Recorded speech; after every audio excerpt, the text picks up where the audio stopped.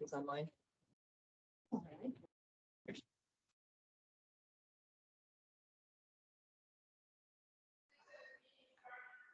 Okay. Okay. Okay.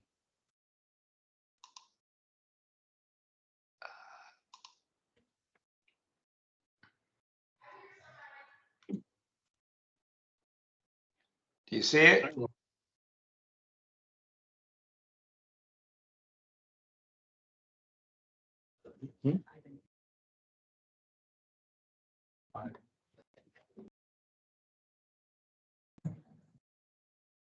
See, we're at 6. Good evening, everybody. It is Wednesday, February 21st. It is 6 o'clock in the evening, and you are at the Celebration Residential Owners Association monthly board meeting. Lauren, was the meeting properly noticed? It was properly noticed. And we do have a quorum. In fact, I think we're all here. Charles is online. Stand for the Pledge of Allegiance.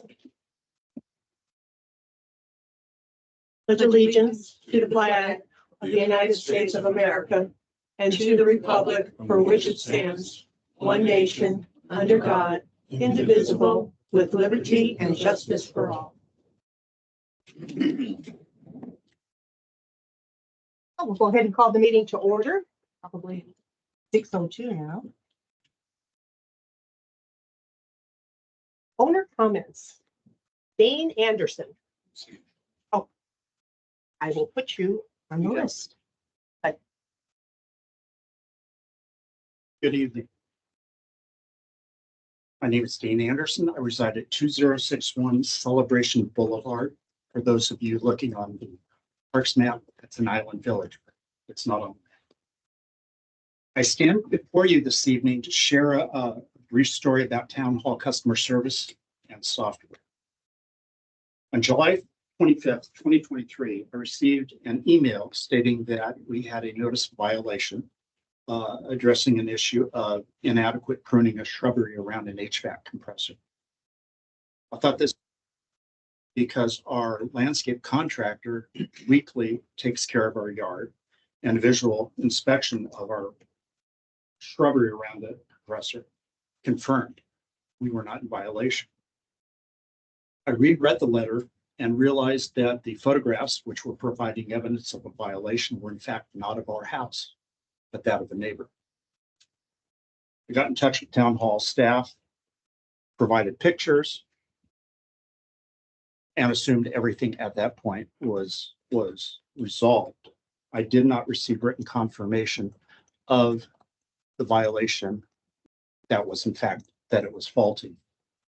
I didn't give it another thought until a few weeks ago when I was looking at the resident portal to look after an ARC application we had pending, that I saw that the violation was still in existence.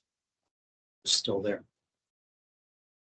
After a series, I won't bore you with the details now, but I do have the receipts. After a series of back and forth emails, I've been told the only way the error can be expunged, and it wouldn't really expunge it, is to reconvey the property, or at least on paper, reconvey the property so that a new account can be established.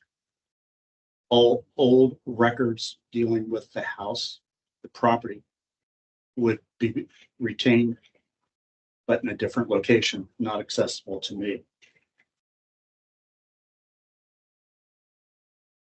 I've been told it's a software limitation. Most keyboards I know have a delete key in the upper right-hand corner of the keyboard. If this is a software issue, it needs to be resolved.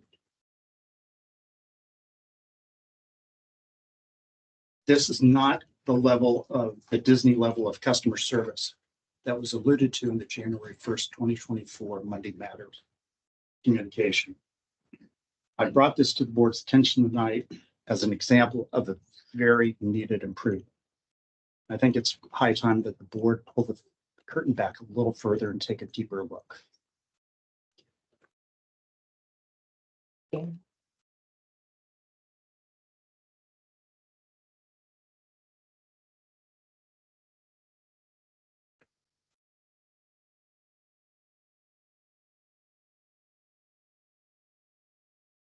Getting looks here. Okay, Mr. Baker. Hi, how are you? Hi. Joshua Baker, 308 North Village. So I wanted to bring up a topic. I was just here for the appeals committee. And while I was seated, I got an email from town hall that my fines were waived. All my notices gone away. Had I got that email prior to you all receiving a packet and us discussing it, I would have never showed up. So like the previous gentleman just brought up, there is something wrong with Grand Manners, and it is major. I forwarded the email that I got to the CRO board at town hall at celebration.us. So you all have that in your mailbox if you don't already do so. So why is that important? There is a rampant miscommunication happening between Grand Manners and the residents.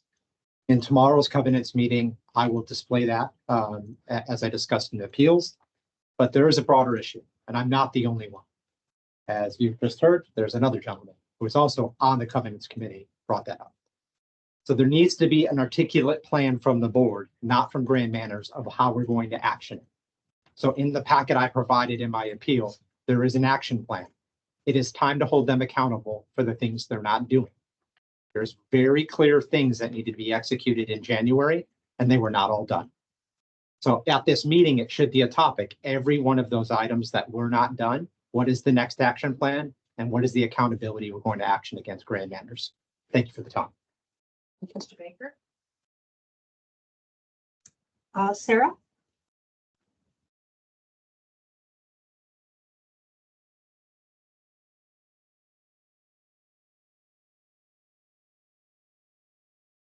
Hi, everyone. Sarah Work, 2303 Celebration Boulevard.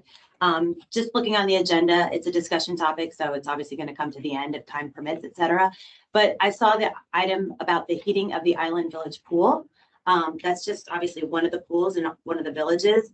If and when we get to that point of discussion, if we could, perhaps my request is to find out what it would cost and take to heat all the pools, just so at least we have the budget figures. If we're seeking an estimate for one, maybe we seek it for all. That was just what I was thinking about, because we also are coming off that master plan meeting yesterday, which was very helpful. Thank you. You're welcome. Mr. McDonald. You will notice when you come into the room for any of our meetings. Oh, I know, I wrote my name down and I forgot to put that I wanted to speak thing down. I'm teasing him. Hi. We're old friends.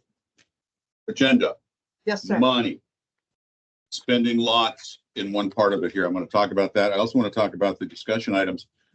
And I really think that the D should be A, and then A should just eliminate all the others in the discussion items. Is you need to discuss lights, heating, shade structure, all of those things when we have a master plan that is in the works and we have so much stuff that needs to get fixed. So I would like you to at least consider leaving most of the things that we want, and many of us claim we absolutely need, but the problem is everybody claims they need or want something. Everybody in every village and every home has a pet project. They mentioned it in the master plan meeting, which was great, by the way, that they counted 200 individual requests for things, people's wish list. Now, if you just average those out at $500,000 a piece, because some of them are multi-million, we're looking at $100 million. Money we don't have. We have to be very particular about what we spend money on. Now to the specifics. We have a truck that's older, that's not the best truck. However, I was in the car business in a past life. I know that that truck could have an engine and a transmission put in for about a third of $37,000 if those were needed. At this point, it seems like something we're buying because we want it, not because we absolutely need it. If that truck was dead, was laying out there, we couldn't fix it, get a truck. I would suggest buying a used one, but as you can save $10,000 right off the bat if you buy a used truck, late model. But I would suggest tabling this thing for a while because money is going to be a big issue for the upcoming board with all the things we have to do and want to do. And we need to be very cautious about how we spend that money. Very cautious. Thank you. Anybody else who you'd like to say something before we move on? Going. Okay. Do you have a motion to adopt the agenda? Motion. Second. It is discussion, of course. Actually, on the discussion item, I would like to move E under the management update. Shade structure at East Lawn Playground. So between the management update and the solar lights at the dog park. That's okay. All right. Action items under section 8 action items, we have already addressed A and B at the hearing that we had at 4:30 today. So those are no longer going to be discussed. There are those already. Anybody else? So I'll amend my motion with all those modifications. I'll second the amendment. All in favor? Aye. Anybody opposed? Approval of minutes. Do you have a motion? I'll make the motion. Second. All in favor? Aye. All right, moving on to financial. I think probably everybody is sitting on pins and needles wondering how we ended up 2003. Is Jen with us? Oh, please. Maybe she's in a different time zone. Been doing traveling. If you expect me, why don't we just jump ahead and come back when she. Do you know if she's coming? I thought she was coming. Do you want to go to the partner updates while we wait for a response? Okay, let's do that. We'll come back to the financials. Kitties. Okay, I will start the Covenants Committee meets, and they have met and they continue doing their good work. They are in the process of reviewing some guidelines along with the ARC committee. They just keep on keeping on. Who else would like to give us an update? Look at my update on special events. Okay. They had their father-daughter dance at side Friday night, which was an amazing event. I've been going to a couple of the father-daughter events, but this, we spoke to quite a few girls and asked them, because they were older girls. We said, how many years have you been coming to this event? And a couple of them said since 2014.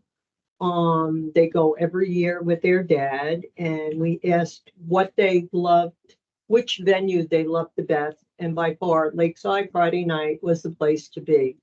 If anybody saw it, it was incredible. Styles did an amazing job. To all the volunteers that aren't even on the committee that were there helping. We asked one of the dads, how many years have you been bringing your daughters to the dance? And he said since 2000, and I think he said since 2013 or 13 years. He says, I remember when they had the father-daughter dance in the small room in the town hall building and nobody could fit there. He said, this tonight is the most spectacular event that they've had. So thanks to the Lifestyles Committee and Lifestyles with management and the volunteers that were there. Jared came and saw what an amazing, people were just like in awe that would come up to Lakeside and said, where's the bride? Like all night long, they're going, where's the bride? And What was the theme this year? an enchanted evening. And the girls, they were just so excited. They were all ages there. There was even a baby in a stroller. It was just amazing. So they do an awesome job with everything they do. Service area, Rose has been working really hard with all the service areas. There's been some concerns in North Village with painting, but they're taking care of that, and maybe some issues with the columns. Technology. John, technology.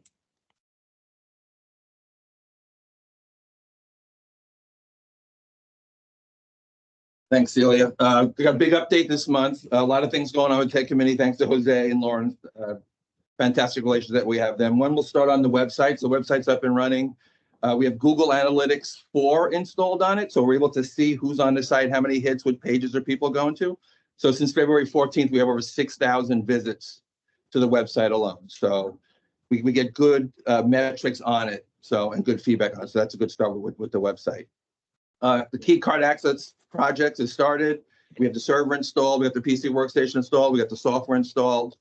So that's moving along. ProTech came and did the walkthrough of the building here. We have rollout dates for the different areas that we're going to do it. And right now we're looking about hopefully 6 months, sometime in the fall, where we'll get to the part where I'm excited about is where we have the application to use for access from your phone into the thing. So people are excited about that. And that's going to affect the dog park and a lot of other events. So I'm real excited about that. Jose ordered a camera. Now, we went over a lot of cameras and we had our security meetings, but the unique thing about the camera that we ordered to do some testing on, it has a cellular connection to it. And the cellular connection, what we call it in the industry, is IoT, Internet of Things. So it's a cheap, few dollar a month connection. So now with that, we can put those cameras in places like in RSM Park Amphitheater, in places where we couldn't connect before. So have more eyes in our facilities, which we're going to tie back to the police and sheriff that we're working with. So we're excited about that. I'm going to do some testing around that as well. On the My Celebration app, we launched it. We have information out on it. I had a couple of meetings this week with CCDD. There's weekly updates with Angel and Lauren. I'm pushing on them to get more information because we have feedback from the residents, feedback from my team. So some testing we've done about the application itself. So I've asked for updates on a weekly basis of those bugs that we're encountering, usage, feedback from the residents on that. So I think we're in a good place with that as well. So we're excited about that. March 15th, cell service will be shut down. So the My Celebration FL app will be used for all logging. Jose has created some awesome videos. We're even throwing on some ideas now about possible some training. We can host it here. I'll do it myself. People can come in. We can walk them through the app if they want that as well. So we're excited about that. The last piece I want to talk about, we had a healthy discussion in our monthly tech meeting about communication committee. Now, we've had some people before. It's not an official committee, but we had feedback and we had a report that Krista gave to us.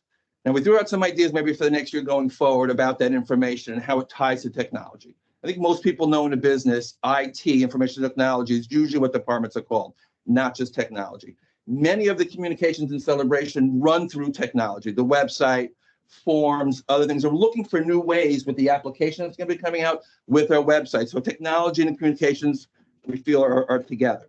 And because of that, we feel possibly that a communication committee maybe next year would be a good use of residents to volunteer.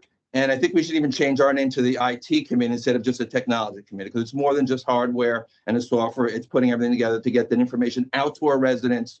And so we can have these tracks of information so people can find it. Because, to me, being in this town for so many years, you hear different stories from different people. Like nobody knows the source of really the information comes from. So we have that communication committee with our team and the board and Grandmas. I think we can get a streamlined way to get that good information out to the residents. I just have a real quick question, John. So you said that you're working out the bugs with the My Celebration thing. Don't the folks that the CCDD purchased that from have their own people to come? They do. So they've been fantastic in the past. Joe was a developer, but we gave feedback to them. So Tom on my team, he felt there's a priority one, a couple of bugs. And he felt bugs there through the user interface, like how the app looks, how you sign up for a password and stuff. So those are some of the feedback we're going to get back from them and work with them on that. I just wanted to make sure that the CCDD was getting their money's worth. Yeah, no, they've been good. Thank you so much. Good things. Hey, John. Real quick, do you or Jose, do we have maybe kind of early adoption rates of My Celebration FL? Like, are we seeing a lot of downloads and registrations? Do we have any kind of data or metrics around that, especially as we're getting closer to sunsetting Cella service? Those metrics right now for the rollout are on the CCDD side. When we start rolling out our end, we can get those metrics. Did you hear that, Charles? Yep. I think that's an action item too, Charles. Okay, and I'll talk about the two at the CDD meeting when we do the CROA. discussion. David? Yeah, echoing what Cindy said, good job. Thank you for all of that. When you mentioned coming to town hall, excuse me, and doing some trainings and so forth, great idea. Thank you for that. Would you consider doing some little filming of that, short vignettes? Maybe the training you're doing, and some of that could be broken apart for those who can't make it or want to look at something at 11 o'clock at night or something. Yeah, no, I that's just a think- great idea. I mean, I do training all over the United States for Apple, and I work with business customers and government, and the best trainings come from when users have questions, Yeah. right? So- And I think that'd be a fantastic idea to be able to record. So it wouldn't necessarily be like a 10-minute seminar, Yeah. but it might be something that you do and you break it in, and even with an FAQ, want an answer to this, here's 75 seconds. Just think about Yeah, that. no, I agree. I fully support With that. maybe some share screens. I think that could be Yeah, no, I really agree. spot on. I agree. Thank you. Thank you. I'll say I was unaware that we were shutting down the other app on March 14th. That doesn't mean I wasn't told. So I may have been told that, but we should just make sure that we are advertising that heavily if that app will be obsolete for March 14th. And it gets pulled off the App Store, right, Jose, on the 15th of March as well. Yeah, it gets pulled off the App It's Store. on all the amenity TVs. There's a banner here at Town Hall. There's going to be a table at every single event. I've seen that about promoting the new app, but discontinuing the other app is a whole other thing. And I wonder if that, to that point, multiple channels for that, Right. as well as, even though it may be shutting down, can you have a soft shutdown, meaning like we are no longer accepting requests here, you need to go here. So something that just resonates for months on end for those who didn't get the memo, or maybe snowbirds or whatever. Right, so the app won't be able to be downloaded from the App Store. The app itself is that we got to find out if they log in, it might say, please download this app. So it might redirect them from the app that's still out there. That would be great. Yeah. But sometimes we can pull a certificate. The certificate's pulled, the app won't even open up on the device. So we have to find out, but Even that's better than it saying that you think you submitted a ticket. yeah, no, that definitely won't happen. Right. But we'll take that as an action, Mark. Great idea. Thank you so much. Thank you for all you're doing. No, thank you. That's it. Jared? The dog park committee met on Tuesday, February 6th. We dated the rules and regulations for the dog park. That was part of the discussion. Tom Hope from the technology committee joined to talk about the new gate system and some of the extra features that it can do as far as tracking multiple vaccination records and things like that. Brian gave an update on fertilizer and the forward process with that. And then there was a discussion on solar lights, which we'll talk about later this evening. On finance, a lot was discussed at finance. We have Jennifer. Okay, good. Well, let's finish. We only have one more committee after Jared's done, and then We can have Jennifer speak on those things. you good, Jared? Yeah. Okay. Charles, you want to talk about Parks and Rec? Rec committee did not meet, to my knowledge. So there's no report there. Do you want me to cover CDD real quick? Sure. Okay, so the main thing with CDD, a couple weeks ago, there was a special meeting to go through a charrette. So basically what they've been doing is interviewing professional firms for basically putting together really kind of a high level master plan. It's really kind of complementary, it seems, to what Master Plan Advisory Group is doing. So they had 4 firms come in and they interviewed them, and my understanding is they're going to be awarding a contract at the meeting next week, the CDD meeting. So I think we're at an interesting point. I know there was an email sent around where like, we're gonna need to figure out how we can kind of connect these, because it seems like we're all kind of swimming in the same direction. So I think there should be more to follow there. But if anyone can attend that CDD meeting, I think it would be valuable, especially after Charles, last night's meeting. Would you tell people what a shred is? I have a pretty darn good vocabulary and I had to look it up. Will you tell people what it is? I have no idea. I'm just You I'm go to the echoing what- audience. Okay, Bill knows. Bill knows what it is. He'll bail you out. Great, Bill. It's basically, goes back to, well, it's a French word. It goes back to, they used to have a push cart and they push it around and people put their artwork in it and then display it. And it's the same idea. And it's used for planning purposes, generally with master planning, architectural reviews and things like that. They'll have a charrette, a planning charrette, and that's, basically the source of the work. So that translates in modern times to like putting a bunch of ideas in a hat and then, Well, not in a hat, but well, kind of yeah, like putting them up on the wall as we would it have been done. Huh, well, Okay. that's interesting. Yeah, no, it was really good. I mean, there were a few firms that came in, some that have been here since the beginning with, designing some of the other, the library and Spring Lake. So it's a very interesting process to watch it play out. And again, I think we're at an interesting time too, especially with yesterday's awesome MPAG session. So more to follow there. is that it? That's it. PRC? ARC. So we met this week. Generally approved typical kind of things. There was a discussion that has opened up a bigger discussion related to demolishing a house and building another house in the same location. The art committee felt uncomfortable addressing the design of the house, although they certainly had seen the proposed design in draft designs. But whether you can tear down a house and build another house, they felt needed more of a policy review. So it's being looked at by the town architect, celebration company, grand manners, and then we'll circle back to the art committee as to the design. Only because it just seemed like this was a bigger question than whether we like the design of a new house. So if you've heard something about it, that's the status at the moment. Interesting. Are all the committees covered? Is Kathleen here? I didn't see her walk in. Oh, there she is. Kathleen's gonna let us know what's going on at the foundation. I know I didn't recognize you. Got your hair pulled back. Thank you, Cindy. February, very busy for the foundation. We had a little event called the Vienna Boys Choir at Corpus Christi Church.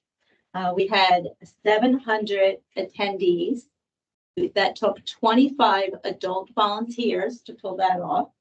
7 Celebration High School music students to pull that off. And they were coming and going because they were performing for their solo ensemble in St. Cloud at the same night. But they raised the most amount of money for the band program at the school that evening in the amount of $900. So it was just a wonderful, wonderful event. We have 2 more concerts in our concert series. The next one is Saturday, March 2nd. It is Evolution Motown. A few of you might have heard of that type of music. Tickets are still available. It will be at Community Presbyterian Church. And you can go online, purchase tickets, or coming to the office. We are heading towards a sellout, so I do not suggest that you wait and bite at the door. Our scholarship applicants are in, and it's going to be very difficult, but the future looks bright for all of the students that applied. So we had 53 Celebration High School students apply for that scholarship. We had 42 arts students apply. And we had 22 apply for the Congresswoman Pat Schroeder. So we've got the scholarship committee's got a lot of work. I'll announce next month who the recipients are. You might have seen Celebration Lifelong out and about in the 851. They are back. They are back into their spring session. You can still join. You can have a class on ordinary to extraordinary travel adventures. But I think the real thing about this session is they're all back together in the 851. So when they change classes, it's very social in the atrium. So thank you to the town hall staff. But we're also trying a hybrid. So you can come to the 851 for a class, or you can sit in the comfort of your recliner at home in your slippers and join us as well. And speaking of slippers, you might have seen our Thriving in Place members out and about walking in North Village. They have started a partnership for some lunch and learns with AARP, but AARP the second Monday of every month is hosting Walk with a Doc. It starts at North Village Pavilion. Anyone can join at 8:30, and you actually walk with a nurse practitioner. So if you can't get that doctor appointment right then and there, and you got a question about your health, just get out there and walk with them. And that is for everyone, every celebration resident. And lastly, thank you for putting the Memorial Garden on the map. It looks wonderful, so thank you. You're welcome. Thank you, Kathleen. Good stuff, as always. Okay, we've got all our committee and partner updates done. Jen? Yeah. And what, who's that? I was saying we have to do finance. That's what you're- Yeah, we're back to Jen. Hi, everybody. I apologize I wasn't here earlier. So we're going to talk about the December financials, the year end. We ended with a loss of $260,000. And we know the majority of that was the repairs to the 851 building. So really, we ended up in a pretty good shape overall with our expenses, controlling our expenses. So our fund balances for the end of the year ended up with operating being at 1.5 million. The reserves were at 2 million and the capital is at 3.4 million. We have the most, I would say the expenses that we knew about were the pool expenses were high. Overall landscaping was also some expensive repairs and things in landscaping, and the budget wasn't done. And then of course, Island Village coming on early caused some expenses in the year. Jen, before you move on. Yeah. I'm sorry. Before you move on, every once in a while, folks misunderstand. We're over budget, but that doesn't mean we're in the hole. Can you kind of explain how that works? Yeah, in the hole refers to your cash position. Being over budget or under budget, that's just the goal that we set for the year that we're trying to stay within to control our expenses. So in the hole would mean that we have no cash, and that's not the case. If we look at the balance sheet at the top, it tells our cash position and where we're at. And it's so in this particular one, you would look at all the cash together and you're sitting nicely at least $500,000 in operating alone with almost 2 million in reserves and well over 3 in capital. And that's just the cash. So we're not in the hole by any means. We have great cash flow each month. Great. Thank you so much.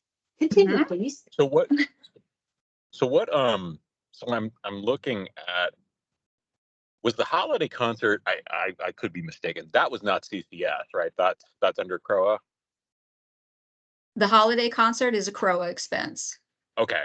So it looks like we came in under budget for the expense, but it looks like we missed pretty heavily with the income, like about 11,000.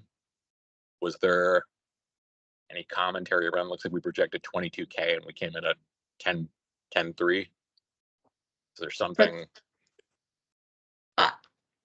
I couldn't speak to the income. I'm just reporting the income. So I don't know. Yeah, management, Lauren or Jeff, I don't know. Yeah.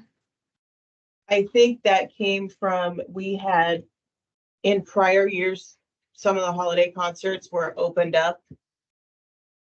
No. Yeah, I'll have to look at that and get back to you then. That's fine. That just looked like a bit of a swing and a miss. It was good to see that we came in under budget though with the actual concert. So, okay. Oh, that was it. Thank you. Could it be because there wasn't a lot of attendance? Oh, that's what it was.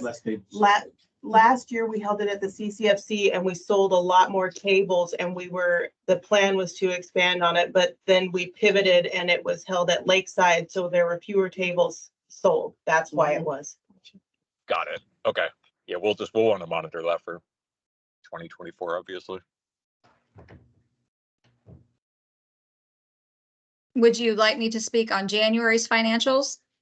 Sure.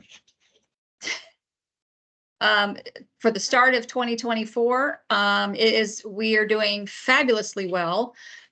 We ended with, at the end of January with a surplus of $38,000 to budget. So it was a great start. Our expenses were low, based on budget, and our income was high.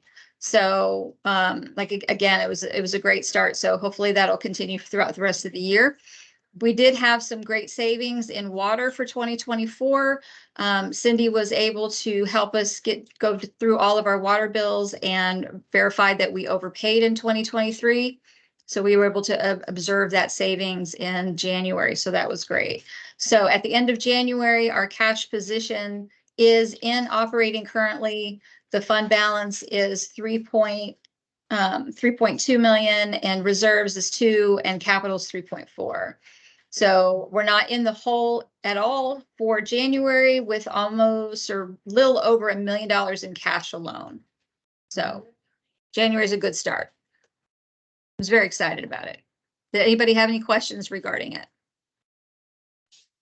I have a general question. I know at the finance committee meeting, there was an issue with CIT, our bank, to recognizing service area income and recognizing it to the proper funds. Has that, what was the result of that? Has that been resolved? I don't The understand. checks canning piece, where things were going to PAC West instead of to CIT was resolved. The service area accounts are still in the process of being set up, and we're trying to figure out a good time to switch them since they pay on a monthly basis and get the notices out to the residents.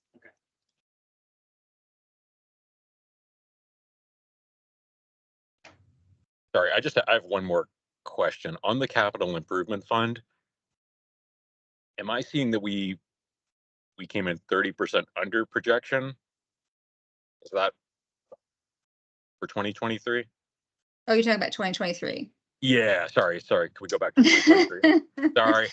That's okay. We'll go back. So the capital fund is not technically budgeted. So what do you mean we came in under? Yeah, I'm looking at actual versus just kind of at the last line item, the net surplus. Like I'm seeing we at 570 and then. Oh, okay. So basically it was capital fund budget is driven a lot by the resales, and the resales for 2023 were down. So yes. Okay. So that's, yeah, I'm trying to go back to earlier conversations with capital expenditures and kind of where we projected the capital fund, and we're not there is kind of my takeaway. Yes. Yeah. And it was okay. It was the resale piece. Yep. Mm-hmm. Got it. Okay. So Perfect. Charles, Thank you. I'll also add to that.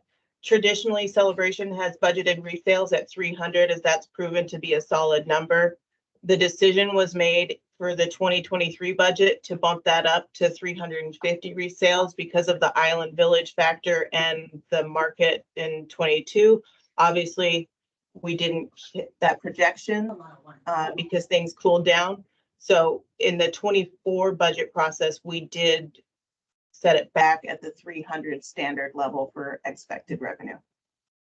Okay. Yeah. And again, I don't want to reopen wounds, but just looking at that with where we projected and where we came in at with that, again, with capital projects and whatnot. So that's helpful. I appreciate it. Thank you. Jen, do you have anything else to share? I do not. Any other board members have any questions? Any other concern? Okey doke. Okay. With that, we will move on to our consent agenda. These are items that we've looked at the information on, but there's generally no discussion that needs to take place because they're usually routine items. A lot of these things are part of the reserve study. So do you have a motion to approve the consent agenda? So moved. Items A through H. Second. Wait, who seconded? Yeah. Jared and Bill. Jared and Bilbo. Okay, let's skip to Bill. Okay, Jared. Okay. All in favor? Aye. Anybody opposed? Okay. Sorry, I'm in favor. All righty, action items. As I mentioned earlier. Did you say? I interrupted you. Stop. As I mentioned earlier, we have already addressed items A and B. So we will start with C. Motion to amend the board resolution committee task force advisory groups to extend the expiration date for all current committees from March 2024 to April 2024. Do I have a motion? I'll motion to table this. Second. Rationale? Well, it seems unnecessary as a motion for this board to impose on the March 24th board. Okay, so the master resolution says that all terms for all the people on all the committees will expire in April. In March, rather, that's what I thought, in March. So you don't see that as a problem? Well, All we're doing is kicking No. the date up so that people don't feel like they're, I think if it is a problem, then it is for that board to make. Yeah, next board can deal with it first week of March, second week of March, first day of March. It seems to fall directly within the new board's purview. well, personally, I think they're gonna have enough to do with rewriting all of the action items, relooking at the master one, sending out notices for the committee members, so we can get new committees set by the time, by the time we have all the stuff done. I think you guys are kind of putting the cart before the horse. This is nothing other than saying these committees that are standing now will still be effective for the next couple months.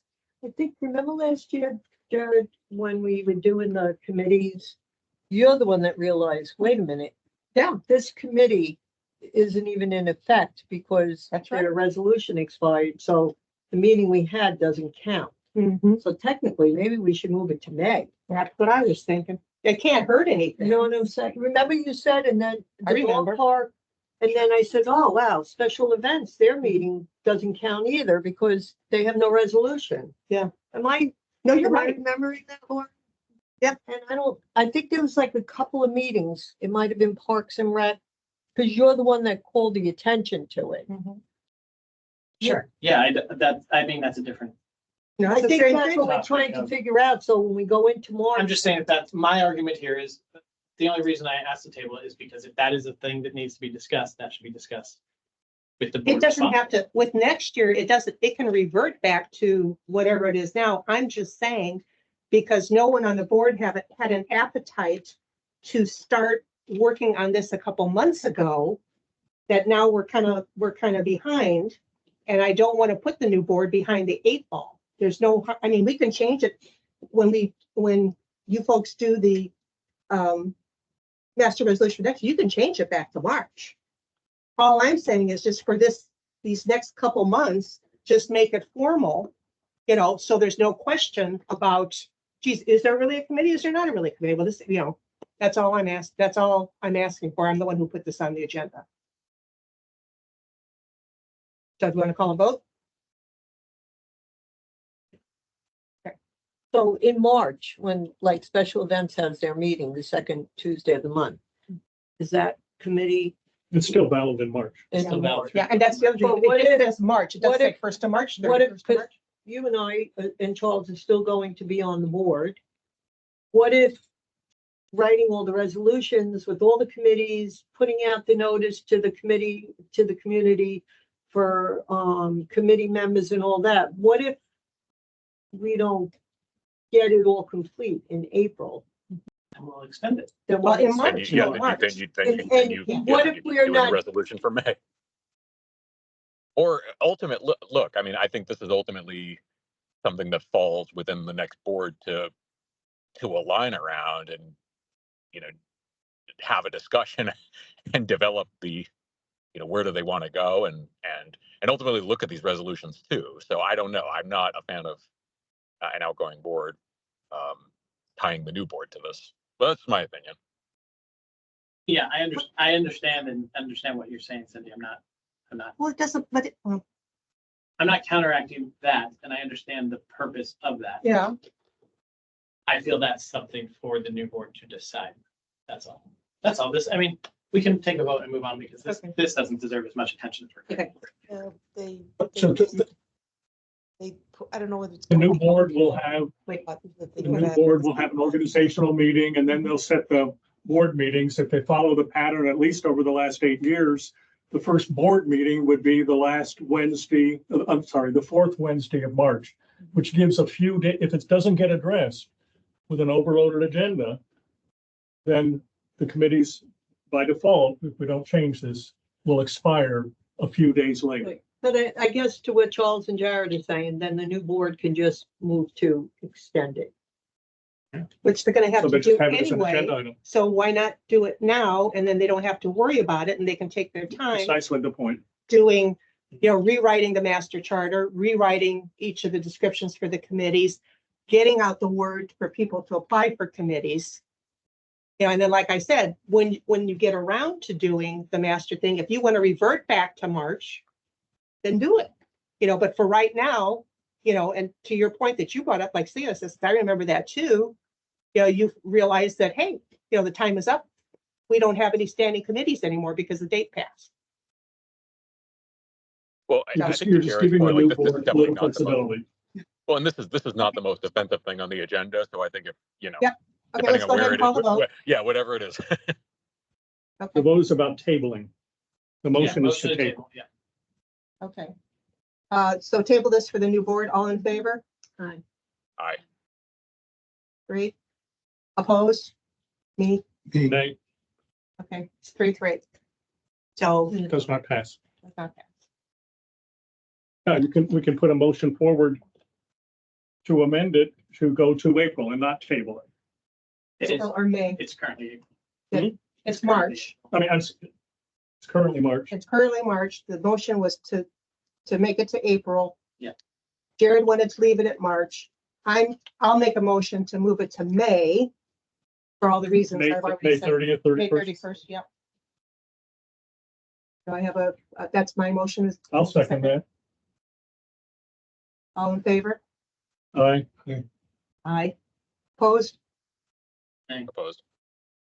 I'm gonna oppose too. Okay, so does not guys. pass. Okay. All righty, moving on.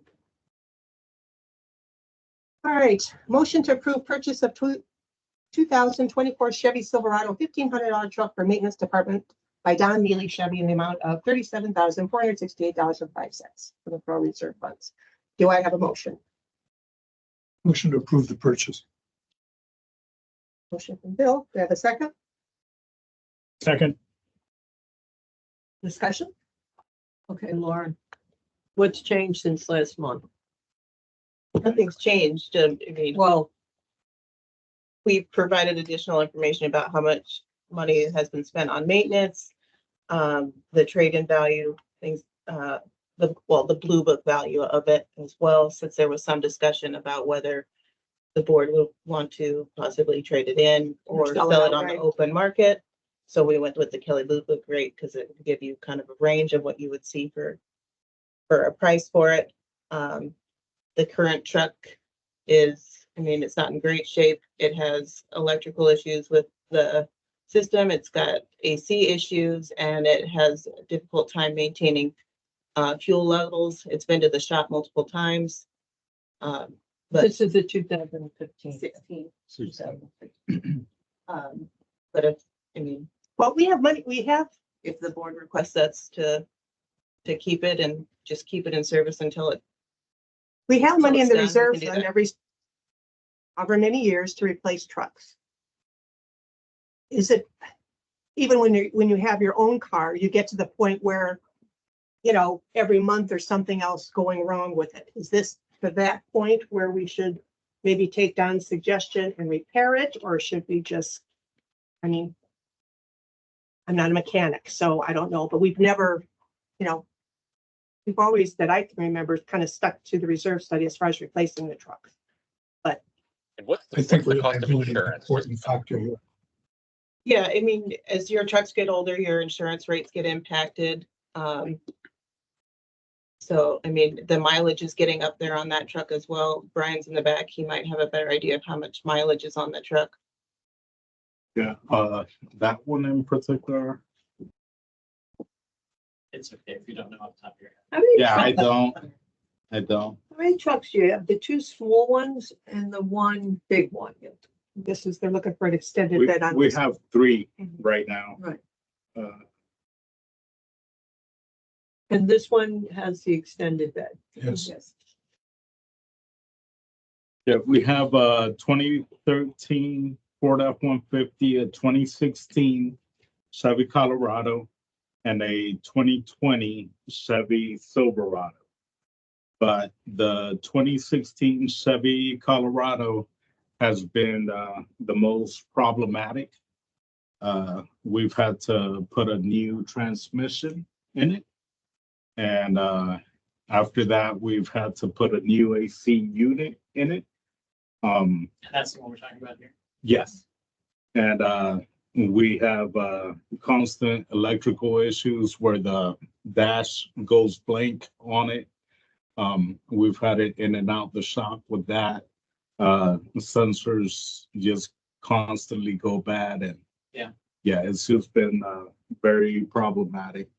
So I don't disagree. It needs to be replaced as in, and I hate to keep kicking this, should we look at a like certified pre-owned one? Is that gonna be less expensive than this 37? Somebody else's problem. Yeah, I agree with that too today, so. Yeah. We have done the research and we've looked at some certified and they're all in the same. Okay. Okay. All right, so we have a motion from Bill and a second from David to approve the purchase of this truck. Any other conversation? All in favor? Aye. Anybody opposed? Opposed? You're opposed, Charles? Yes. The other thing is when it goes in the shop, it takes it off the streets and the guys don't have transportation.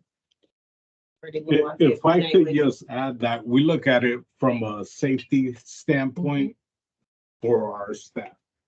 You understand? So, Yeah. and not just our staff, is the community. So. Okay. Thank you. E, motion to approve installation of a memorial plaque at Founders Park provided by the Daughters of the American Revolution as approved by the ARC committee. How much? Shouldn't accept. If I'm reading this correctly, we need to decide whether it goes on the north side or the east side. Yeah, there were two. I understood from the ARC that they really liked that entrance that was at the corner of Campus Street and Celebration Avenue as the main was kind of like the east entrance. Where the seal is, Um, the seal yes. on the sidewalk. That Yes, and so if you go down there are the benches on either side, and it would be in between the benches.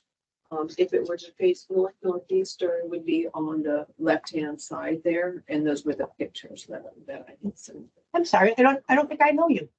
Hi, my name is Jan Booher. I'm the chair of the local chapter that serves the celebration of the DAR called the Abraham Sully chapter. We have an American 250 committee, and this is associated. So there's so many pictures here, there was one that was kind of square and flat, and then there was one that was kind of angled so you could actually read it. Right, From a so distance? right, okay, so what I understood from the ARC was that there were two entrances and they chose the one. There were 4 different possible designs and they narrowed it to 2. So I tried to put the 2 pictures in there. So if you can make a decision of either of those, we were thinking that if you know the people who had installed the existing markers and you wanted it to be looking like the existing markers, I've got that picture in there. That's the one that's got the white base. It has a bronze plaque on the top of it. Or if you wanted to have the other one, which our Mayaca chapter has installed at a park in Naples, and we could consult with them on that. That design can be done in white. And That's this one. That's correct. That's the one that can be done in white, and then it's the I thought- dimensions. I thought that was the one that, No, there's a choice between this one. I know, I was at the meeting. Oh, I was at the art meeting. I may have They make me go. misunderstood because I may have misunderstood. So What's I your understanding, Bill? I thought that they liked this one. Okay, yeah, the one I like, the green one, Yeah. but in white. It says Right. installation in the east entrance is preferred. I didn't recall them picking a location. I would, so my motion is to approve it. I would let Mark decide what and where. Yeah, they have their own recommendations in Yeah. the letter.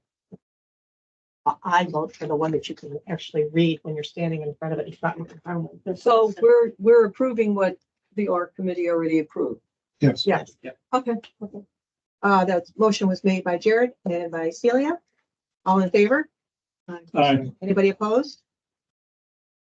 Can I ask a question? Is there a way in the future, since that's our park, to put the Space Coast emblem out there? Is it out there? That's space, not Space Coast, you mean Space Force, Space Force or whatever. the you new know, branch new of the military. branch of the military. I mean, that's. I thought they were a subset of somebody, like the Air Force or I something. don't think so. Hmm. Anybody? You don't want to say that. Any because then you're gonna hear veterans? people No? from the Navy there, because you're saying they're a subset of the Marines. I'm just saying. I'm sorry. A lot of residents have asked about that. We'll do some research and. Okay, thanks. Okay. Yeah, motion to approve replacement of air conditioning unit at Spring Lake Clubhouse by Westbrook in the amount of $5,975. Is the clubhouse at Spring Lake? I'll motion to approve. Second. In favor?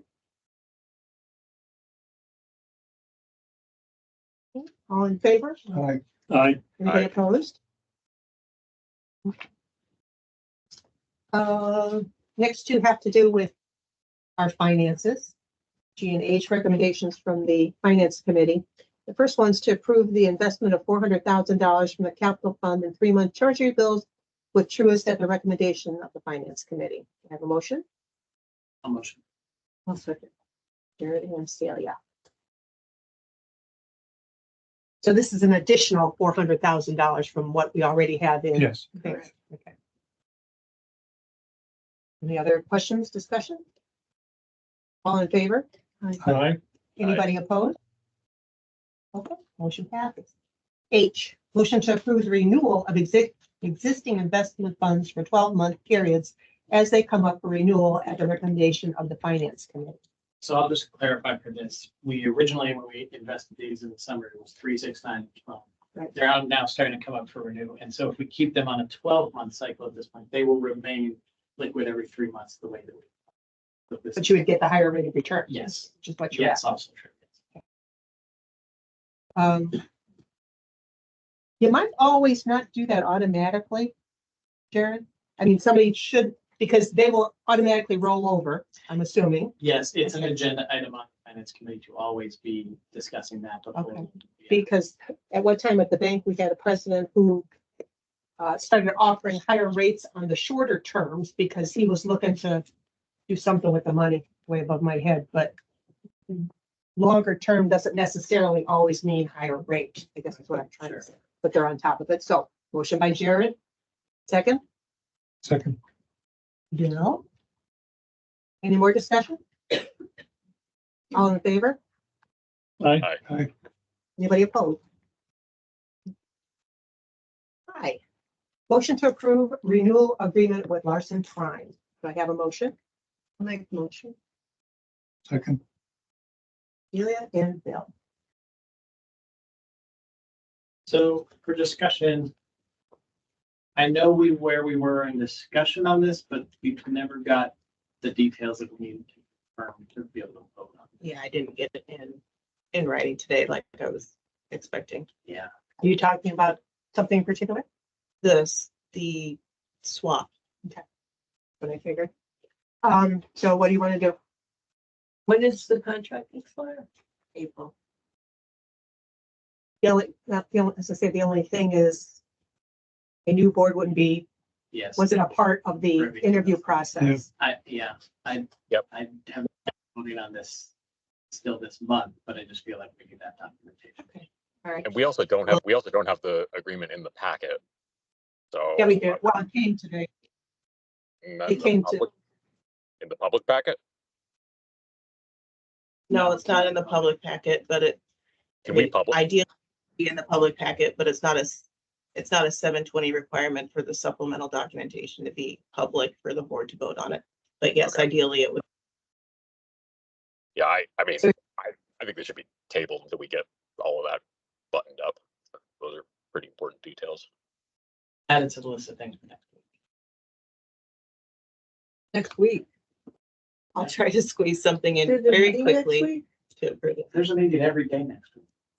So how are we gonna, since we were part of this discussion, like somebody said, the new board is gonna come on that wasn't part of this executive session. Next week. Well, we're not going to be signing anything anytime soon. All we're doing right now is, So you have two options. One, we can call a 30-minute meeting Yeah. to get this done. And none of you have to come in here. We can just make it virtual only, and I can open up this room to residents and I'll sit here and you guys can make a vote. Yeah.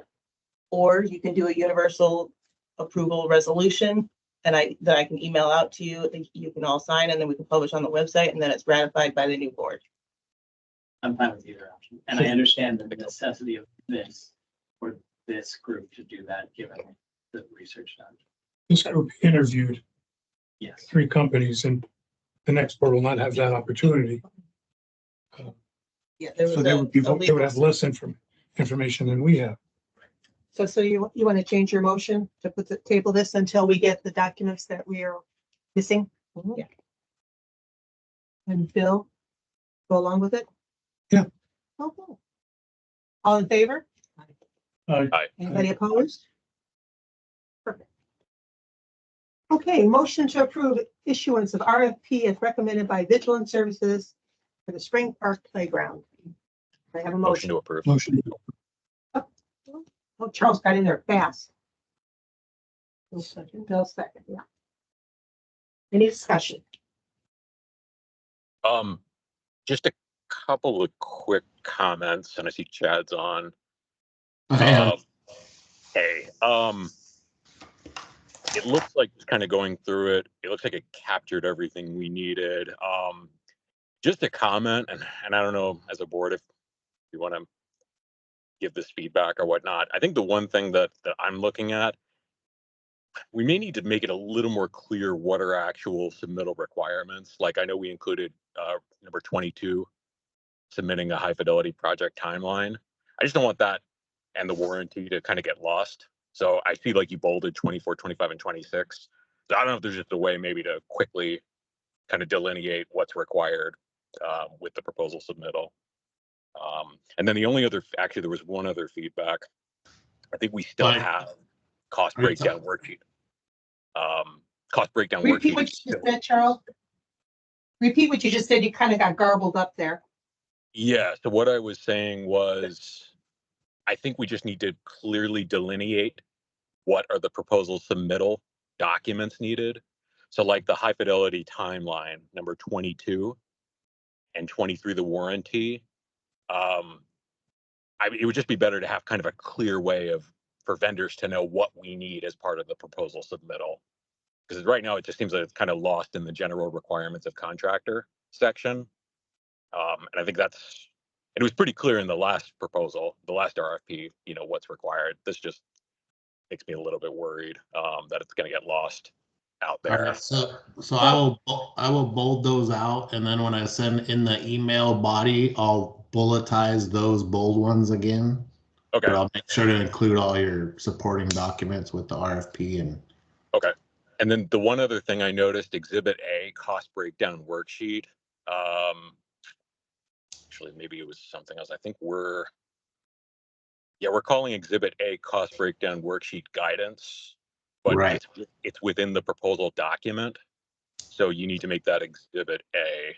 Well, it's kind of in both. If you look on page, you're starting on Exhibit B on page 13. There's no Exhibit A. You've got end of request for proposal document after it's a cost breakdown worksheet on page 12. As I read it, that should be Exhibit A. That's where you start with Exhibit A.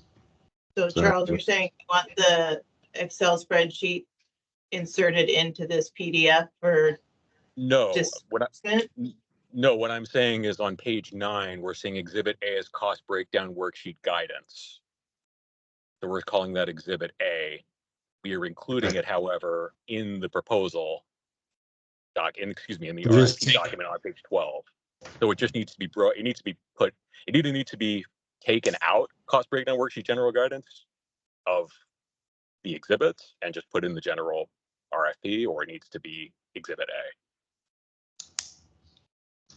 I can do either one because kind of the first tab of the cost breakdown worksheet is kind of like a more detailed outline of guidance, I guess you could say. Yeah, whatever's easiest at this point. I just wanted to specify that. Just making sheet 12 exhibit A. Yeah, exactly, because it's very clear what you're asking, you have to go here. Yeah. In order to see exhibit A, Exactly. you have to go here. So I think if you just, Chad, put exhibit A on page 12, we're good. Okay, Yep. I got That's you. perfect. I just wanted to ask, Charles, are you done? I'm sorry. Yep. There's been discussion back and forth on this. People are kind of all over the place, and I'm not going to fight this. I just want to ask it once. There's been questions from residents about a budget cap.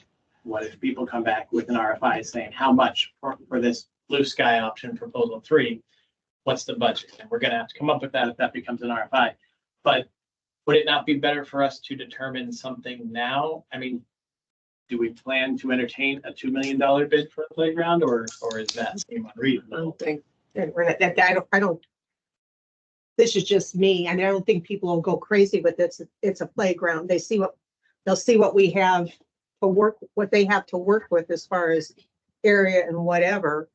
And then if it comes up a little high, maybe we get rid of one of the 2 sliding boards or something. I don't know. And the RFP says there will be scope refinement down select. So I think anything that we prescribe right now is arbitrary, because I don't think anyone on the call is a playground expert and understands what the market's going to dictate. The market creates the pricing.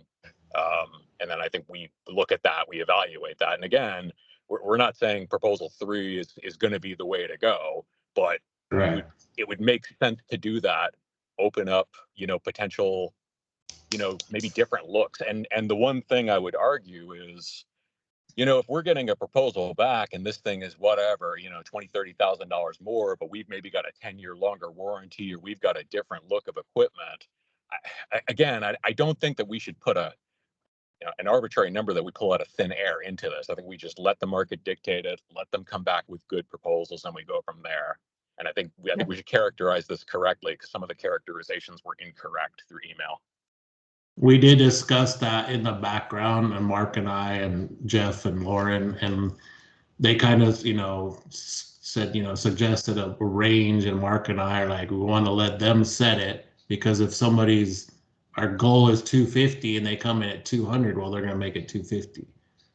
Plus, we get the other side, but we just figured this is the easiest way to let the market predict, like you said.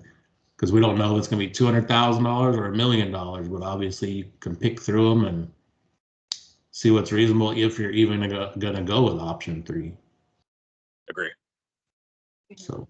All right, any more discussion? Okay, we have a motion by Charles and a second by Bill. All in favor? Aye.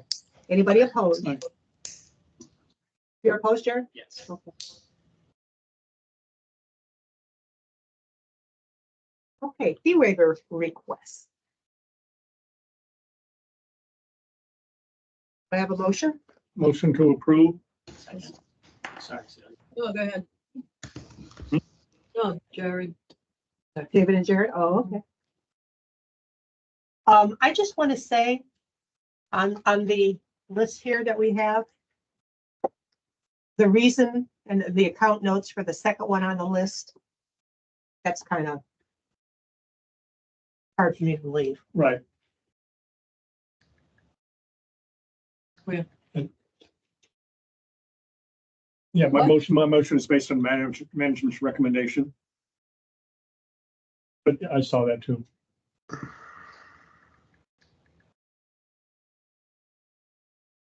There's a motion from David and a second from Jared to approve as submitted with management's recommendation. All in favor? Aye.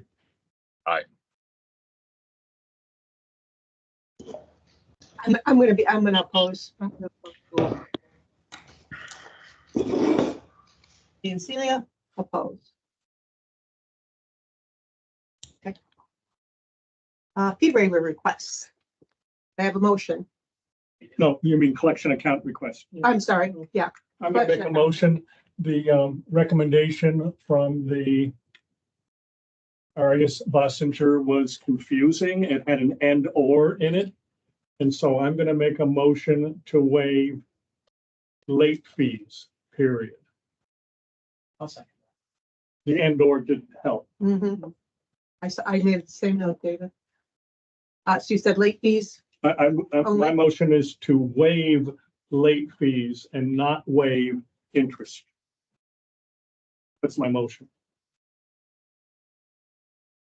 I'm fine with that, but I guess the question is, this recommendation is coming from the attorneys who do collections, which is not Larson's company.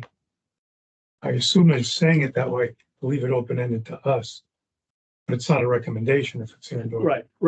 Yeah, it was one of those fuzzy things. Yeah, but we need to tell them either recommend or What don't are you recommend. recommending?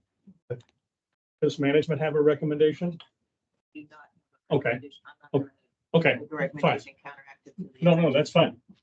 That would Well, only be, because he said and or, so I get it. I understand his reason why.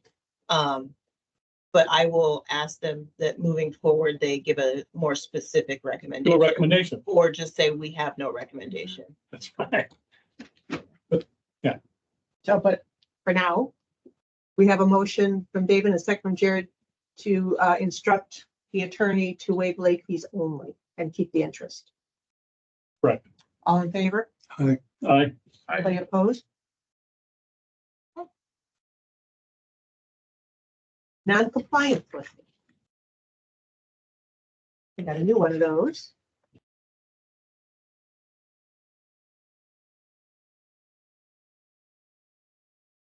Do I have that, Lauren, the new one, or is it just printed? It's just printed. It's in the package. I know, but there's. But there's an updated one, So he Oh, that's probably. Yeah, I'll abstain in this round, but just wanted to check. Motion to approve. Second? Second, if you don't have one. Okay, so it went down from 70 to 67, right? So 3 additional ones were, Yes. three additional ones, the one that you did. Did you hear that, Charles? There were 3 removed since the one that was appeared in the board packet. So it went from Yeah, 70 to 67, so. That's He fine. just Yeah, doesn't I'll, I mean, it's not a big difference. Okay. Okay, all in favor? Aye. Anybody opposed? I'll abstain. Okay, Charles abstaining.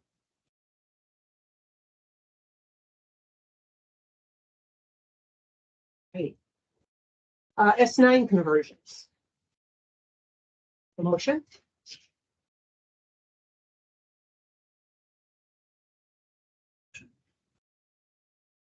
Second. Ready, Celia, any discussion? Just a question on this. I don't remember seeing this sort of thing in the packet before. Is this something new? I mean, You cannot collect on fines and fees, which covenants fines are considered, and the management fee that you impose for the administrative processing of the covenant stuff. You cannot send them to collections unless they are converted to a specific assessment. So once their fines are imposed by the covenants committee, once they pass their appeal date and or they've had their appeal and you've made a decision, they have another, I believe it's 45 days to pay the fine. We don't put it on their account at that time because otherwise it will, 1, mess with the financials, and 2, it's a pain to pull things off. And so they get a 45-day notice. And then after that 45 days, if it's not paid, then it comes to the board for you to convert it to a specific assessment.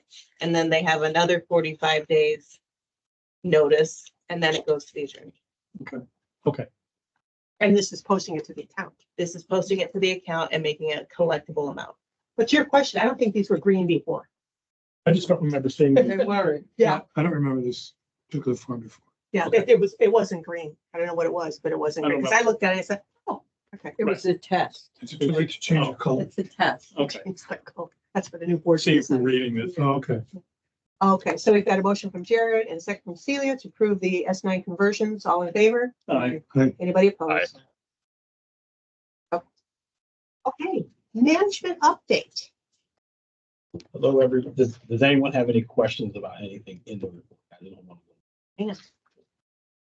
Well, you're looking, can I ask? Yeah, go ahead. Was there any update with Lakeside Pool? With the issue the other night. Yes. With the leak or the overflow. Brian, Mhm. Right? Brian would have that. Yeah, the autofill seems to be a ongoing issue there, and we got some proposals that are in the works right now for the autofill. The trickle was set a little bit too high, and unfortunately, by the time we had the report, it was already overflowing. But It's a good thing Kelly was there, otherwise, all the daughter Yeah, dance as would soon have as been washed away. As soon as Kelly called Nikki, Nikki had the pool company out there. yeah, Okay. But that's just because there was a malfunction or? yeah, with the autofills and the trickle being set a little bit too high. Doesn't the pool Yeah. company that maintains our pools, aren't they, do they just maintain the pools or are they supposed to be checking all of this? They're checking on Yeah, that. They've had, Lakeside's been temperamental with the autofill. That's why Brian's saying we're looking at proposals to Okay. correct the issue. Okay, thanks.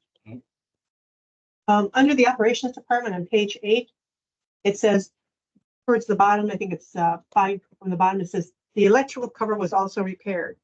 But I don't know what that applies to. It's between the drinking fountain and the tollway sign. So I know it doesn't apply to either of those. And all that important. I was just curious. The electrical cover at the basketball court, because they were doing all the Oh, yeah, GFCIs. right. Okay. Mhm. And That- then, That's on the light post. and then the other thing was, tollway sign. Are we having problems with, at Island Village? Are we having people parking things there that don't belong? What's, Oh, on the over. yeah, people are parking there overnight. They're leaving their bikes there. They're leaving, yeah, I think that was it. Probably from the apartments. Where are they being towed from? The Island Village Clubhouse. The clubhouse. There's a lot of cars that have been there overnight, and there was one car in particular that was there for almost over a week. Yeah. So like Celia said, the father-daughter dance was a huge success. Over 220 residents attended. Ticket sales were really good. We've made a lot of progression with the Gallagher system.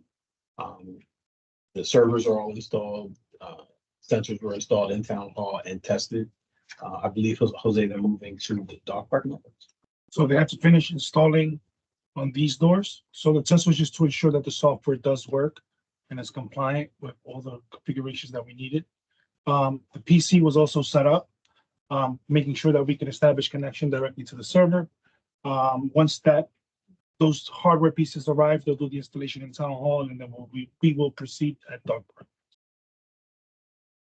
For the service areas, we have 3 paint projects, repainting projects that are currently out for RFP: Roseville, Green Lawn, and Academy Row. Landscaping, in my report during the week, we've mentioned a lot about the dying Asiatic jasmine. Specifically in Longmeadow, there's some vinage that is killing some mature Asiatic jasmine. So we have Vines, you say? Yeah, vines. They're invasive vines that are killing it. So Brian Causey from Exquisite and Prince and Sons are working on the solution. If you go to Longmeadow today, they were removing a lot of it, and we are getting proposals to replace it. We've had some new staff members, 3 in maintenance. Also, 1 new inspector. They started last week. They are acclimating themselves very well. We're also doing very well. Month-to-date sales for merchandise is just under $4,400 for the month of February. For events, we've got a lot of stuff coming up. Lucky Leprechaun, Painting with a Twist. We're supposed to have team dodgeball later this week. We did not get a good turnout. So if anyone in the community has teams that want to have some fun in dodgeball, we have some of the staff staying to play as well. So this is something that management put in place for teens in the community. That We only had people two. are saying, we don't have anything for teens in the community, and nobody signs up for it. Two teams signed up. Okay. Personally, I never liked dodgeball because I don't want anybody trying to hit me with a ball. Fan. There will be other team nights, so we'll have. I know, I'm just versions. being funny, but I hated dodgeball. And we don't maintain the sport fields anymore, correct? That's why they look the way they do. We don't maintain them and we don't have access to the locks. So if residents want to use them on the weekends, they need to reserve them through the school district. We do not open them up in the morning and close them in the evening anymore. Okay. What about the lights? We don't own them, operate them, pay their bill. Okay. We just replaced them.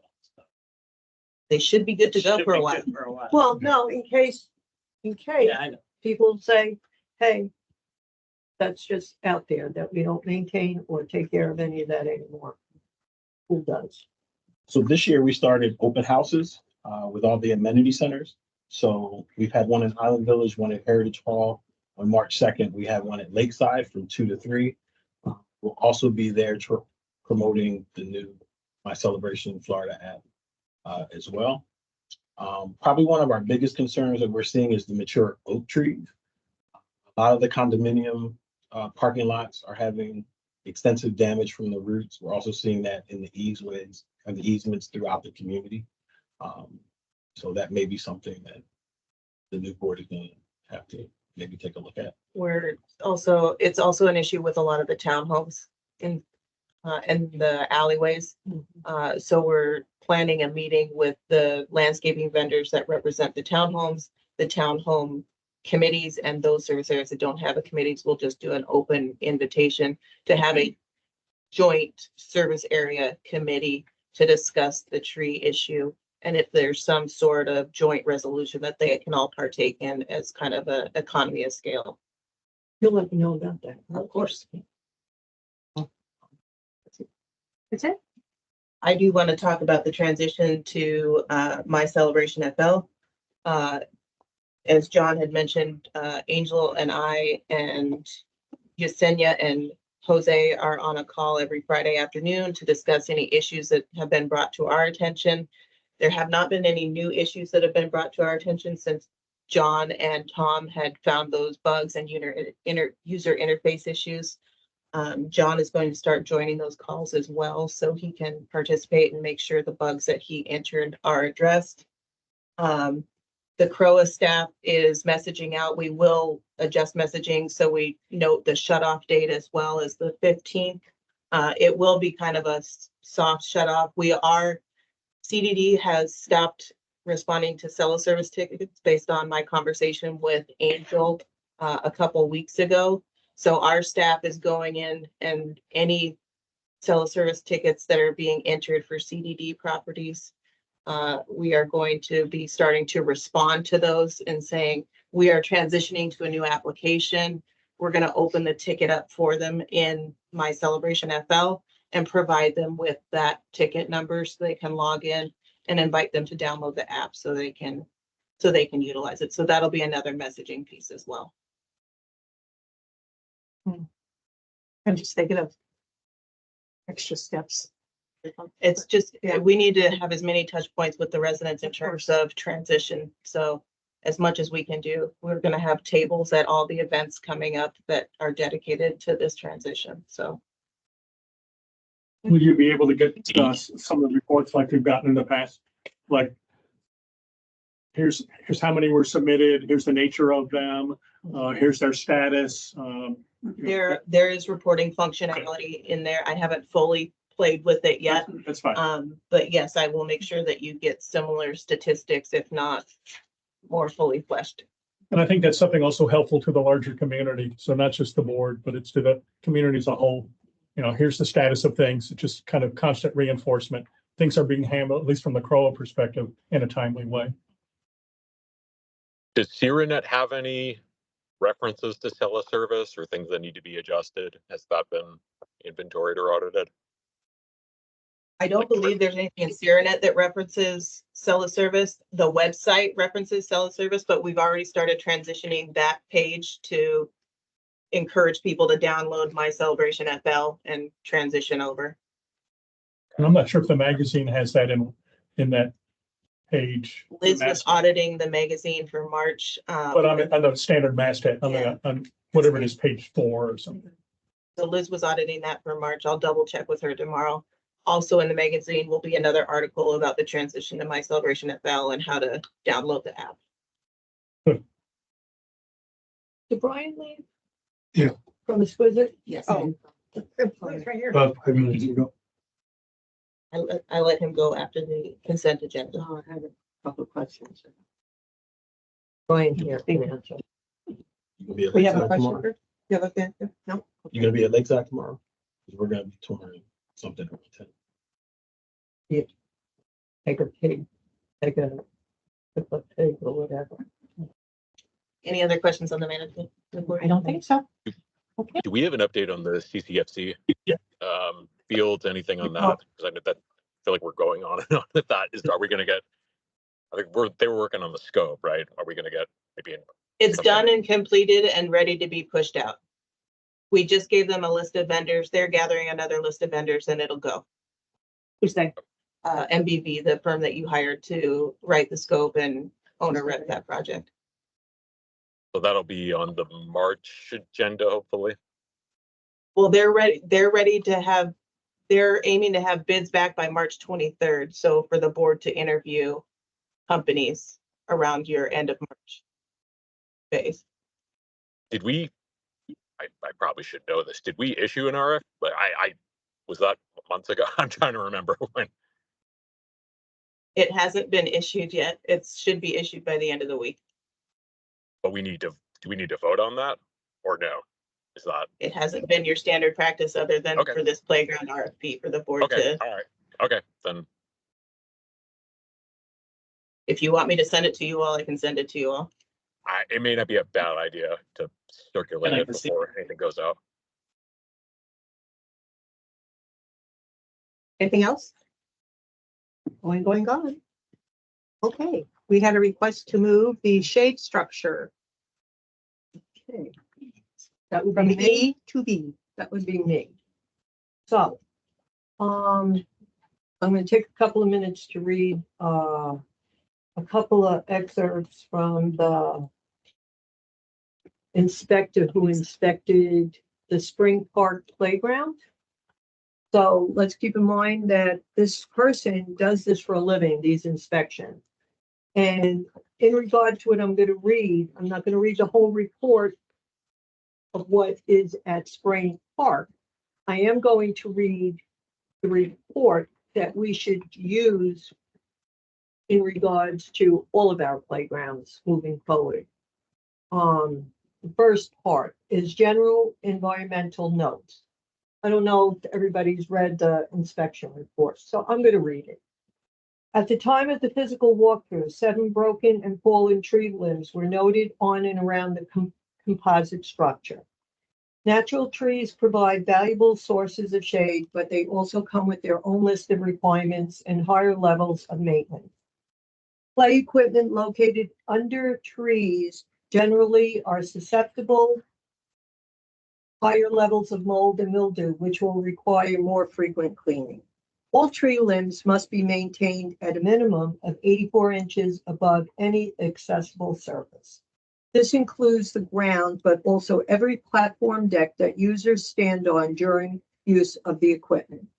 In the case of swings, the requirement is 84 inches plus an additional 42 above the pivot point so that the users don't get their feet entangled in tree branches while in the to-fro motion.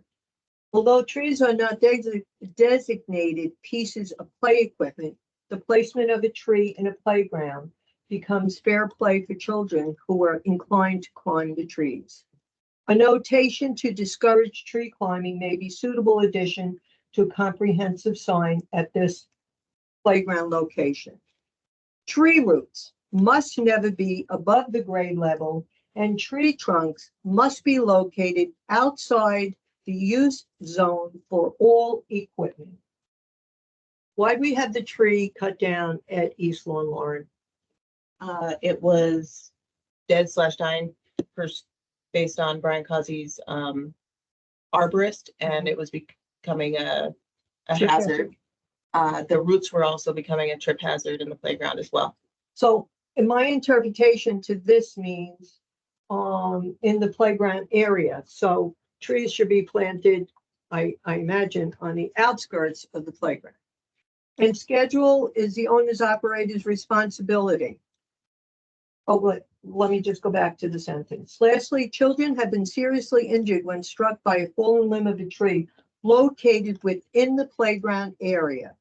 It is the owner's responsibility to maintain the health of the tree and to continually check for dead branches and schedule routine maintenance to remove any dead or broken branches so that they do not fall on the equipment or users of the equipment. So that kind of sort of justifies why that tree at East Lawn was removed, in my opinion, but that's my opinion. Next, shading considerations. According to the American Academy of Dermatology, research indicated that 1 in 5 Americans will develop some form of skin cancer during their lifetime, and 5 or more sunburns double the risk of developing skin cancer. Utilizing existing shade trees, designing play area structures as a means for providing shading. Also, it says elevated platforms with shaded space below, or creating more shade, man-made structures are potential ways to design a playground to help protect children's skin from burn. When trees are used for shade, additional maintenance issues arise, such as the need for cleaning up debris and trimming limbs. So, sun exposure. Is sun exposure sufficient to heat exposed? If sun exposure is to heat exposed bare metal slides, platforms, steps, and surfaces enough to burn children, will children be exposed to the sun during the most intense part of the day? Spring's coming, summer's coming. If yes, bare metal slides, platforms, and steps should be shaded or located out of direct sun. Provide warnings that equipment and surfacing exposed to intense sun can burn. Consider shading the playground or providing shaded areas nearby. We've discussed this in May or June, Katie, about putting a tree. Well, let's take the tree from Island Village, let's plant new trees. I understand people love trees, it's nature, but it's already the end of February. And if this inspection report didn't come out, I would still be going along with, Spring Park Playground, it's still not done and everything. But I kind of think we put that on the back burner, and I kind of think it's important now with the hot months coming that we think about putting a shade structure there, at least at that top part, because there is absolutely no shade there at all. No, nothing. Not a thing. Talking about East Lawn. Down at East Lawn, the top farm. So can we move this along? I know we focused on Spring Park, Long Meadow, Spring Park, but this was discussed back in June about trees. We don't have time for the trees to mature. We certainly don't have the tree to be replanted and wondering if that tree is going to be secure in the playground. Can we just move forward with getting a shade structure? I know it costs money. This is not a need and want. This is a need. We need a shade structure for those kids, because once that sun starts beating down on that equipment, why bother having a playground down there? So now we'll be out 3 playgrounds. So anybody agree, disagree, care? I thought we got a price for. But shade structure Yeah. last summer. We put it on But hold. also, but Brian, we had a conversation around moving. My understanding, there were 3 to 4 trees in Island Village, mature trees that were going to be potentially transplanted for Deerwoods. It was Deerwoods and then East Lawn. So that was my recollection, that there were a couple of trees that they were going to move for So us. they're mature trees, but they're not mature trees that are gonna provide sufficient shade for this playground. And you can't plant them in the playground, as noted by Diane's report. They have to be outside of the fencing, which means they should be more the 20-year plus old age, which these trees certainly are not. And a tree 20 years or more probably isn't going to hold up if a nice hurricane decides to blow through. But maybe a shade structure may, I don't know. All I know is this woman, this is what she does for a living. This is not part of the spring park inspection. This is, like I said, should be for all of our playgrounds. Because the kids, I know, I bring my grandchildren to the playground.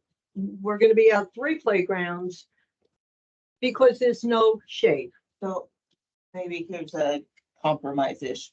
Should we get some proposals and give the pricing ideas to the MPEG and have them?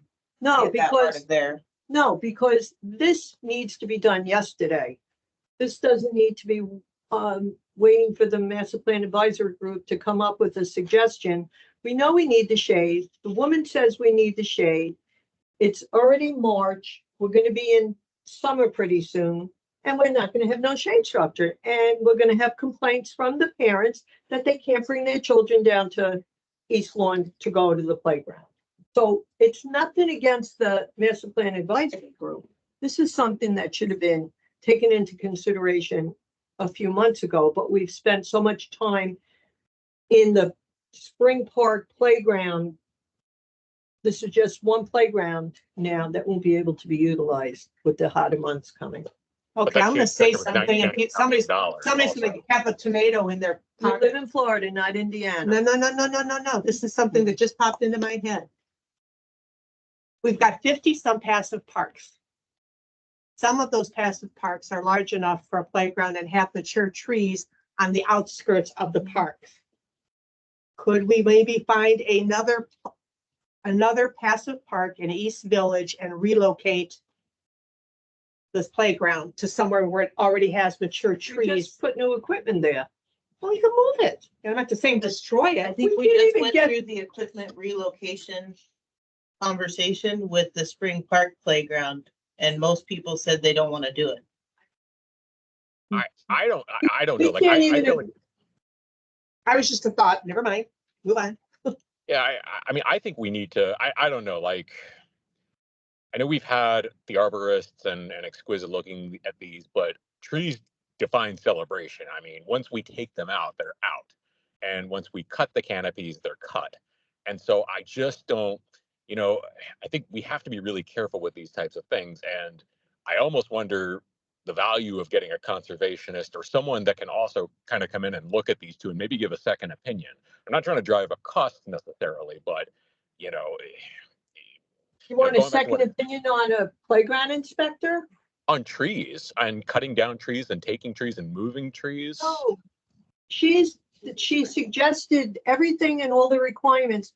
We haven't even gotten to that big tree in Spring Park yet. That's gonna be a whole new can of worms when that tree is gonna have to be trimmed back and branches are all over the place.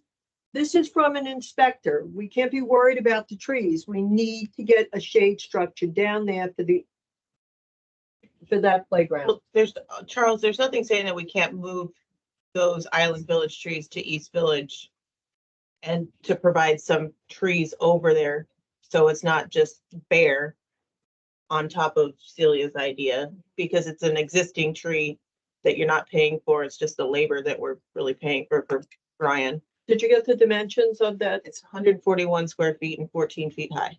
So what is that? 141 square feet and 14 feet high? Yeah. So Yeah. then shade structure would have to be at least 20 feet high, not higher. Depends what kind of equipment is underneath it. Depends on what kind of shade think- structure. Are you doing like a tent? Are you doing like what's in North Village? Are you doing the sail? Like The they have tail, it like, at- what's the most cost effective? Let's go that way. Well, we got a $99,000 quote on the last shade structure, I recall. Right? That was $99,000.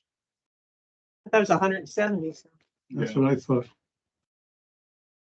We just need to move forward with this and stop kicking it down the road because we're getting closer to those hot months. And David's had his hand up. go ahead, David. I'm Yeah. sorry, David. Seems to me there's a short term and a long term that we should pursue both. The short term is to take care of some shade. The longer term is whether you relocate trees, plant trees.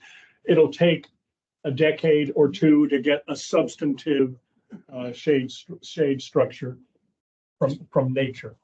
But let's do some more planning on that, whether it's 3 months, 6 months, but get some trees there. But in terms of some temporary sale, I'm sure there are some very low cost things that may last a year, it may last 2 years, but that can be low cost. Do it for today, cover this year, investigate the longer term, the more secure poles and so forth. But I think that I'm sure that those who are expert in outdoor recreation will be able to identify a very low cost shade structure or shade structures. Maybe Diane. She can probably have a recommendation. So I think I think you can do both and you can have it installed by May.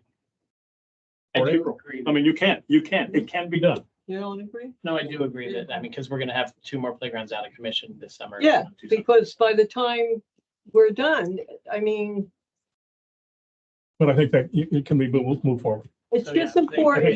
you raise a good point. Yeah, If management gets some numbers just to look at them. Just some numbers. Yeah. I mean, Reach out to Diane. We'll talk to Diana and see what she recommends logical in terms of shade structure for that area, and then we can get some bids. I mean, we've also talked to 6 or 7 playground vendors. I'm sure that all sell shade structures in there.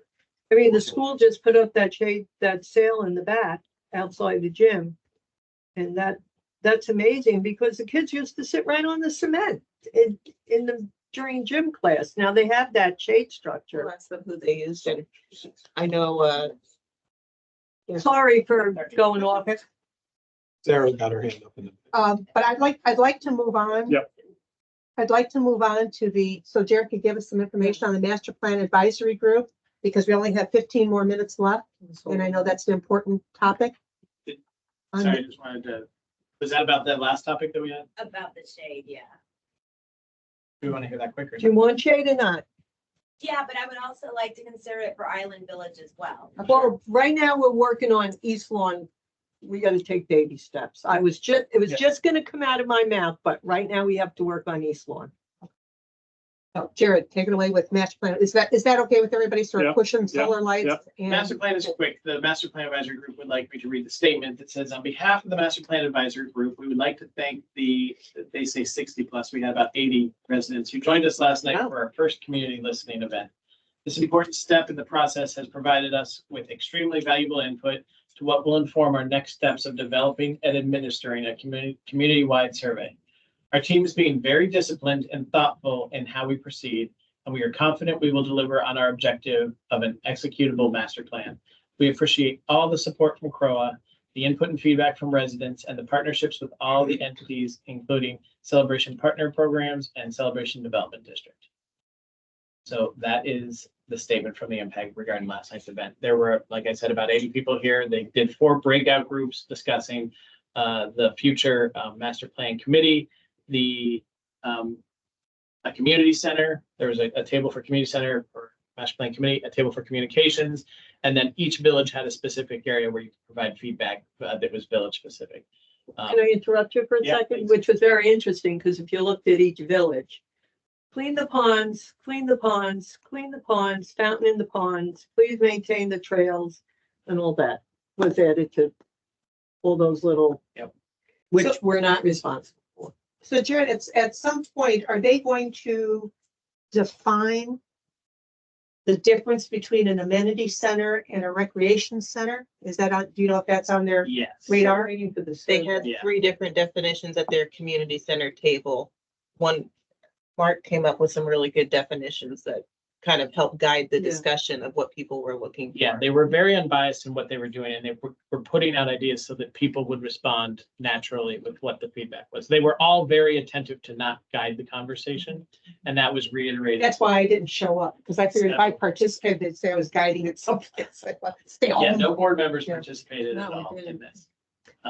The other thing I just like to throw out there, I read that there's consideration being given to just repairing this building. I think we collectively, everybody, would be doing a disservice to the community to just move ahead with repairing this building without looking at costs and other options. If it's an extension, if it's a lay down, because Jared, you were in those meetings with me. I mean, this building, especially now with what they're saying, is gonna end up being gutted.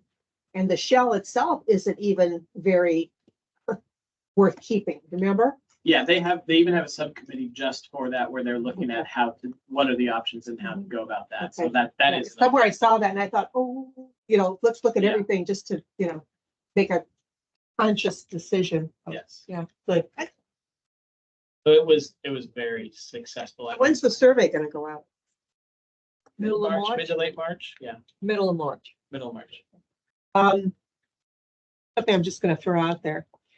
When we were looking at, years ago, we're doing these surveys and, and the outside of the envelope, you know how it says for voting, you're like ballot enclosed? It said something like, Parks and Recreation Survey or something like that. I hadn't lived here that long. It went in the garbage. Because I figure I don't use parks and recreation. I think you have to be, if you're gonna put something on the outside of the envelope to get people's attention to want to read it, it has to be something broader. I'm sorry.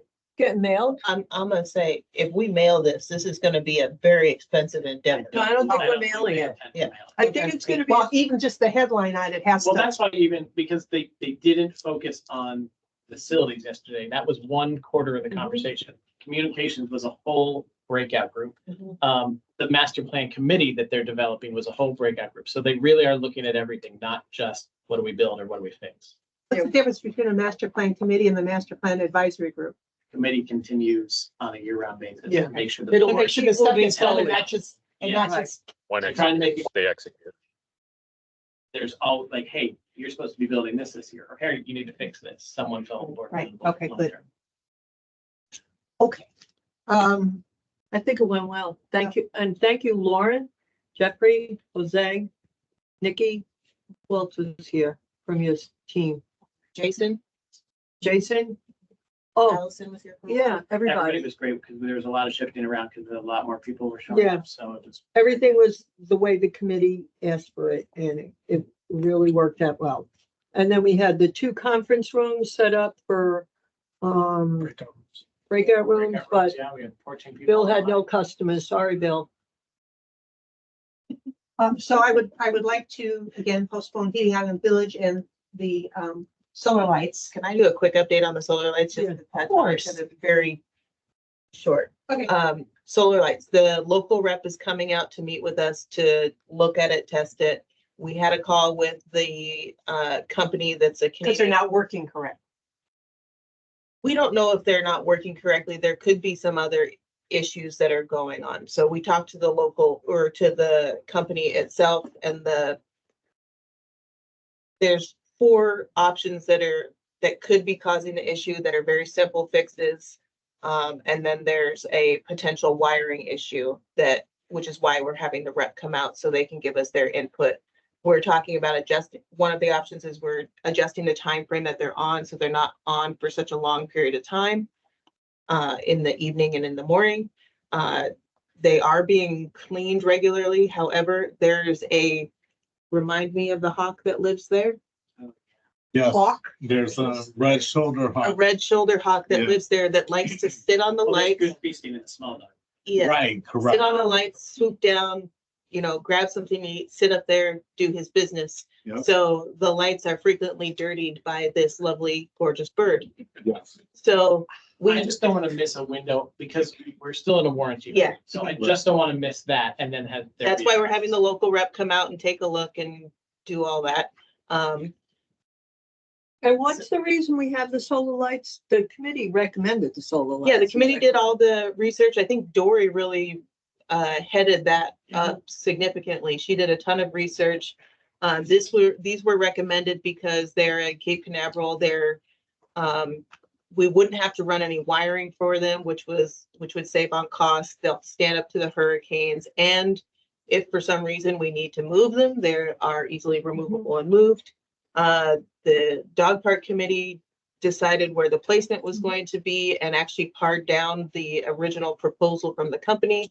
That was sent to the tech committee for them to provide their experience and expertise in terms of if they thought that the amount of lights and placement would be sufficient to provide sufficient lighting in the evenings. Back to the dog park committee to recommend to the board to pay for it. Originally, they were going to pay for it out of dog park funds, but I believe David made the motion to pay for it out of capital funds fully, because the dog park funds weren't going to cover it in full. So this wasn't Grand Man's idea to put solar lights down at the dog park because there's no solar lights anywhere else in the community, correct? No, Dory started the research Yeah. before we. This even was came the on. recommendation and everything you said, time-wise. How Thank many you. people use the park after dark? I do not know. We can get a key card strike by time. Okay. We don't know yet because they Oh, haven't yeah, been but I able mean, to it because becomes it's dark. circular. They put the lights in and nobody still uses it. Oh.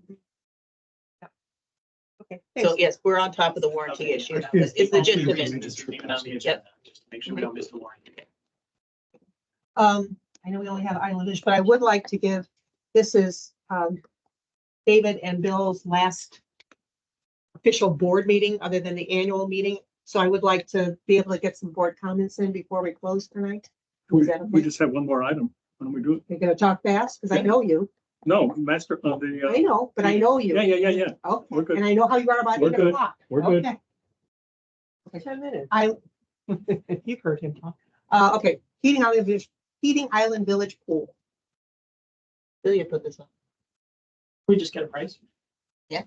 That's all. All right, well, Is this a $10,000 thing? Or Do you want me to do 200,000? just Island Village or do you want me to do Sure. existing non-heated? Yeah, I mean, I'm guessing we're using our pool contractor to get that number probably. They probably do.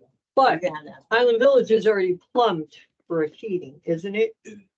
So North Village is in, East Lawn is in. It would be good to see a number. Yeah. But, I mean, Even if for. even master just for plan, yeah. educational purposes, Okay. we need to know. That's So, good. so couple of things. is this your comment? No, it's not. Oh. It's on this item. The North Village pool is what, 25 years old? So it's been without heat for 25 years, as have other pools. So I think that's important to look at. And I also know that it was about 4 or 5 years ago, the board asked a prior management company to scope out what the cost would be. And my memory was North Village might be about 50 grand. That was a memory rather than a commitment. And the whole idea is not just heating, but it's geothermal because it helps to cool in the summer. So it makes the pools more 12-month facilities rather than limited to non-winter and non-summer. So I think if we're starting to look at this, we should look at all the pools and give priority to the older pools with those residents that have not been served at all. I also know that as Mattamy looks at building phase 2 and maybe phase 3, and they look at pools, that's always their choice with our input, their choice in conjunction with the county and the celebration company and our input that they can take or leave. So I think part of our input for phase 1 was asking that not just Mattamy, but Streetlights, who was the apartment builder who actually built the pool, get those pumped. Weren't you the liaison Yes, for Mattamy? yeah. Since the beginning. At the very beginning, right. Thank you. And so we sat with them in this room and next door to help influence them, knowing that we were not the decision makers, that it was always the county Celebration Company and them, both streetlights and Mattamy, that would actually make the decisions. But one of our messages to them was, we can be your best advocate if you listen to us, and we can also be a big pain in the side for you if you're not listening to us. And that had to do not just with the amenity building, but it also had to do with the roadways and sidewalks and parking by the school. Again, input to them to make the decisions that they would make. So I think geothermal work on all of our pools are a priority, not just Island Village. And That would so be I agree. That's the I agree discussion. I agree with what you said. And I think the one thing I would put out there, I think we need to, as we go through this, there's obviously a lot of costs involved in maintaining these things. So I think that should be, what are the run rates of potentially looking at all these pools. And the other consideration, if we're going to do this for one pool, it probably makes sense to at least kind of map it out for everything and see, is there preferred, because I'd imagine, you'd probably get some breaks in the pricing if you look at kind of everything in totality. And then if we want to roll it out, to David's point, if it's, the oldest first, but I think there could be some savings up there on the front end by kind of going out with all the pools. Anything else? Okay, I know that at least David has a board comment. So we'll start with you. Yeah, just, this is my last board meeting for now. 7 years ago this month, I was sitting over there. 8 years ago this month, I was on the Recreation Committee. So I've had the honor, my message today is just to thank you and thank this group and thank the management team, the prior management team, and thank mainly the residents of Celebration for the trust and honor you put in me. So having been elected 3 times to this board, having served for 7 years, having served as president for 1.25 years, having served as vice president for 4 different presidents, not at once, but over the time, it's really been an honor. It's been a lot of work. When people talk about how many hours, it's not just hundreds, it's been thousands. And as I reflect back, I think about, something you just said, weren't we at the table? Yes. Always trying to push the envelope for what's better for Celebration, always trying to work on collaboration. Sometimes it worked, sometimes it didn't. Always pushing for greater professionalism. And I've seen that with our committees. I think we've grown by 2 committees in those years, and the professionalism and the dedication that the people bring to those committees, the processes that we've had, the communication, the events, the maturity is amazing. So I look forward to going back to the other side of the table and just to leave a perspective that I used when I first ran for this board. And it comes from the inaugural issue of the Celebration magazine. Yes, I have a copy on my coffee table. Yes, I do. And so I found a quote in there by John Gardner that I found 7 years ago. And so I'll just leave you with 2 sentences. I think, or maybe it's 3. A healthy community, and I think this speaks well about Celebration. A healthy community reaffirms itself continuously. It builds its own morale. It may face up to its flaws and tolerate criticism, but basically it has confidence in itself. So I hope that perspective helps. I feel very thankful for the honor placed in me to have been the inaugural, if you will, liaison to the Celebration Foundation. I'll have that last board meeting tomorrow as the liaison from CROA, but it's just been a true honor to work with the foundation, to work with CCDD, the county commissioners, schools, and Lexon, and then the Celebration Company. So again, thank you, and I thank you for the trust over these last 7 years. Thank you.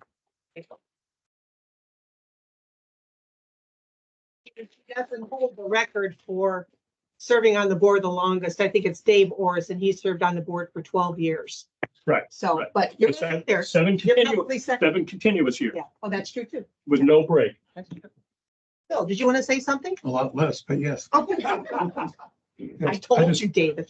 I want to thank the community that voted for me twice to the board. And certainly, I've had many supportive and kind comments during my service on the board, and I appreciate that. And had some very interesting problems. And the problems that were most surprising were not known. There's a lot more going on in relationships between us and the other entities in the alphabet soup, as well as there were legal issues, which are generally not discussed at these meetings because they're in executive session that I had no awareness of just because they're in litigation and not discussed. So thank you. Thank you. But did you have fun? You don't have the answer. I'm not going to say anything because I get to talk at the annual meeting.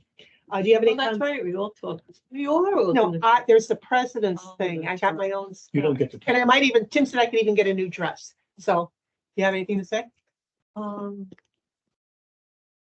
So this is our last official board meeting as a group.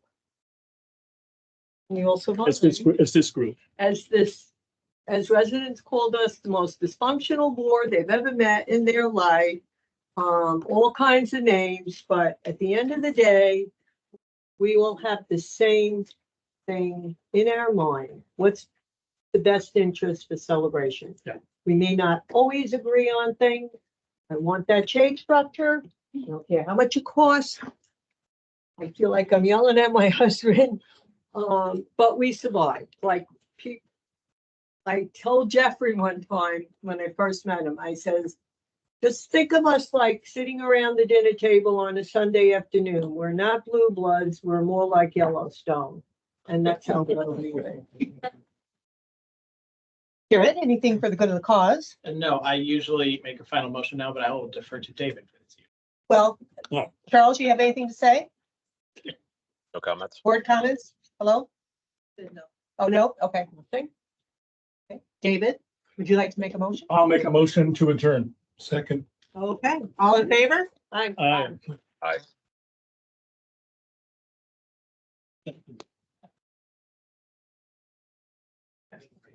Could have been. Yeah, it needs to shred. Does that need to shred? Sorry about that. I knew I had it in here. I felt like a lot. Every quarter mile long. We did. And thank you so much for your clarity. And I did. I just found my remarks were too much.